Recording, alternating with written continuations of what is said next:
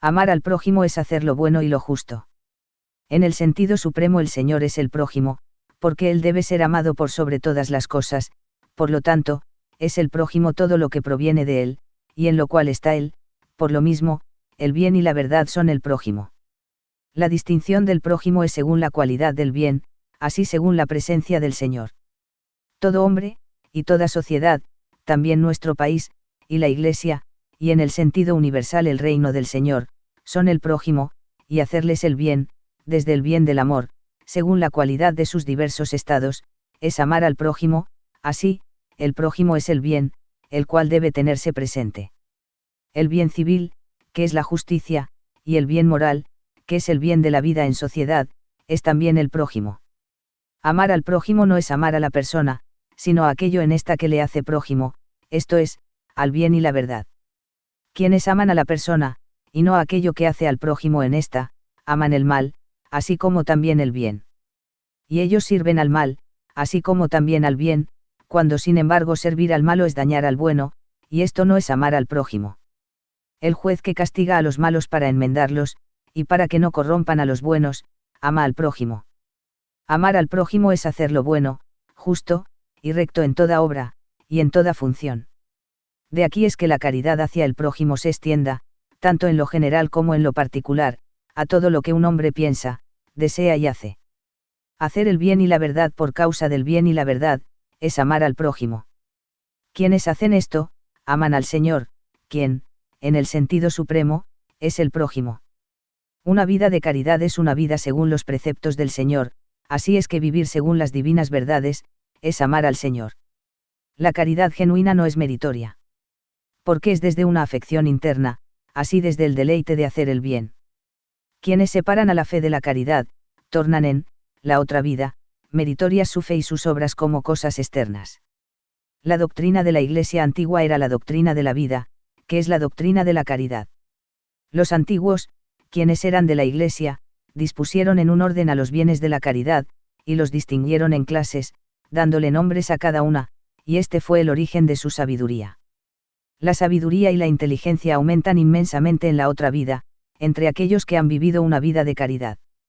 El Señor influye con la divina verdad en la caridad, porque es en la misma vida del hombre. El hombre es como un jardín, cuando la caridad y la fe están conjuntas en él, pero como un desierto cuando no están conjuntas. El hombre se aparta de la sabiduría a medida que se aparta de la caridad. Quienes no están en la caridad, están en la ignorancia de las divinas verdades, por muy sabios que puedan creerse. La vida angélica consiste en realizar los bienes de la caridad, que son los usos. Los ángeles espirituales son formas de la caridad. La voluntad y el entendimiento. El hombre tiene dos facultades, una de las cuales es llamada entendimiento, y la otra voluntad. Esas dos facultades hacen al hombre mismo. El hombre es tal, como son en él esas dos facultades. Por ellas también el hombre es distinguido de los animales, porque el entendimiento del hombre puede ser elevado por el Señor, y ver las divinas verdades, y su voluntad puede ser elevada igualmente, y percibir los bienes divinos, y así el hombre puede ser conjuntado al Señor por medio de aquellas dos facultades, que lo hacen un hombre, pero que no acontece así con los animales. Y porque el hombre, en esa facultad, está por sobre los animales, no puede morir en cuanto a sus interiores, que pertenecen a su espíritu, sino que vive eternamente. Todas las cosas en el universo se refieren al bien y la verdad, así, en el hombre, a la voluntad y el entendimiento. Pues el entendimiento es el receptáculo de la verdad, y la voluntad es el recipiente del bien. Es lo mismo si dices verdad, o fe, pues la fe pertenece a la verdad, y la verdad es de la fe, y también si dices bien, o amor, pues el amor pertenece al bien, y el bien es del amor, pues lo que un hombre cree, eso él llama verdad, y lo que él ama, eso llama bien. Por lo tanto, de aquí se sigue que el entendimiento es el receptáculo de la fe, y la voluntad es el receptáculo del amor. Y por tanto que el entendimiento del hombre puede recibir la fe en Dios, y su voluntad el amor hacia Dios, que él puede ser conjuntado a Dios por la fe y por el amor, y quien puede ser conjuntado a Dios por la fe y por el amor, no puede morir jamás. 16.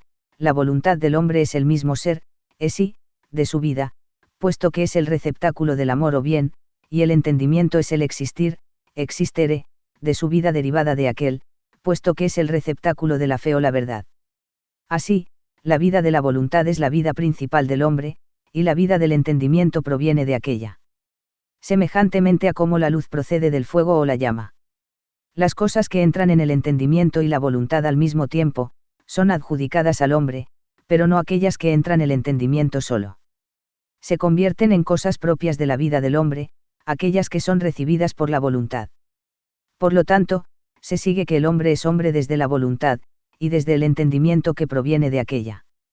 Cada hombre además es amado y estimado por otros, según el bien de su voluntad y el entendimiento que proviene de aquella, pues el que desea bien, y entiende bien, es amado y estimado, pero el que entiende el bien, y no desea el bien, es rechazado y despreciado. El hombre también después de la muerte queda tal como es su voluntad, y el entendimiento subsiguiente.